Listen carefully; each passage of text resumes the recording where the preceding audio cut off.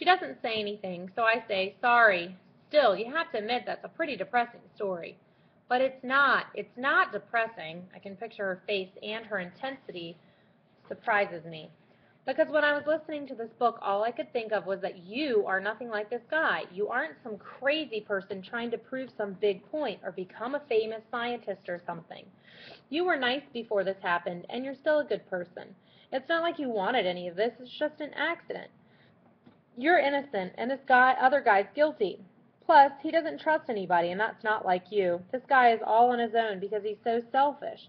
You're not alone like he was. Like your mom and dad, they would go to jail just to keep you safe. You have people who care about you and want to protect you. People like you? That stops her. Well, yeah. Now she's blushing, I'm sure of it.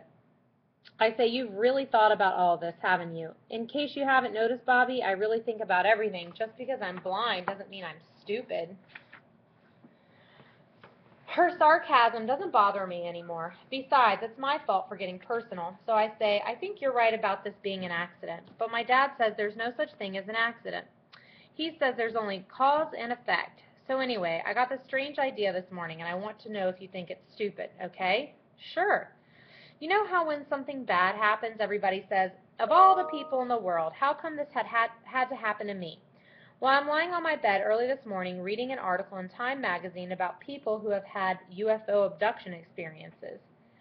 And I read that until the media got going on this, all these people, hundreds of them, they all kept quiet, and it's because they thought it only happened to them. And I look at myself, at all this, and I think, what makes you so sure that this is only happening to you? Maybe going invisible has happened to other people too. Maybe lots of people.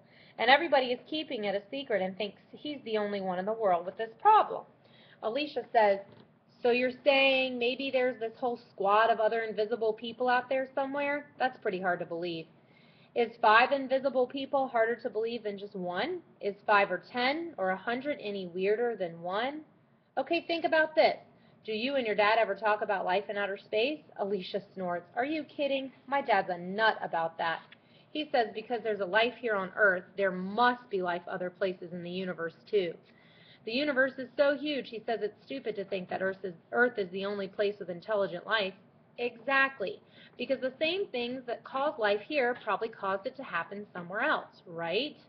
So here I am, and I've gone invisible without trying to, and something had to cause it. And maybe the same cause did it to someone else as well, like life on some other planet. It's not so crazy. I'm trying not to sound too excited about this, but I am. Alicia's not going to just go along with it, though. She says, well, maybe it's not crazy, but so what? Let's say you could actually find someone else who's invisible, then what? What good does that do? It's good because then we could compare notes. That's why. That's why when scientists do experiments, they do them lots of times to compare the results.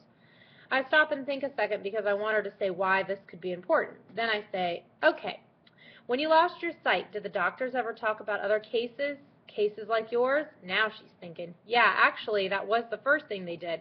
They looked through this huge database of other patients, scanning for people with the same kind of problems and conditions as mine. They wanted to see what the best treatment would be. Exactly. And did they find any cases like yours? About 50, and that was just in North America. Did it help? Kind of. It confirmed what they already thought. People with my kind of problem can't be helped. Oh, and I remember that information can't cut both ways.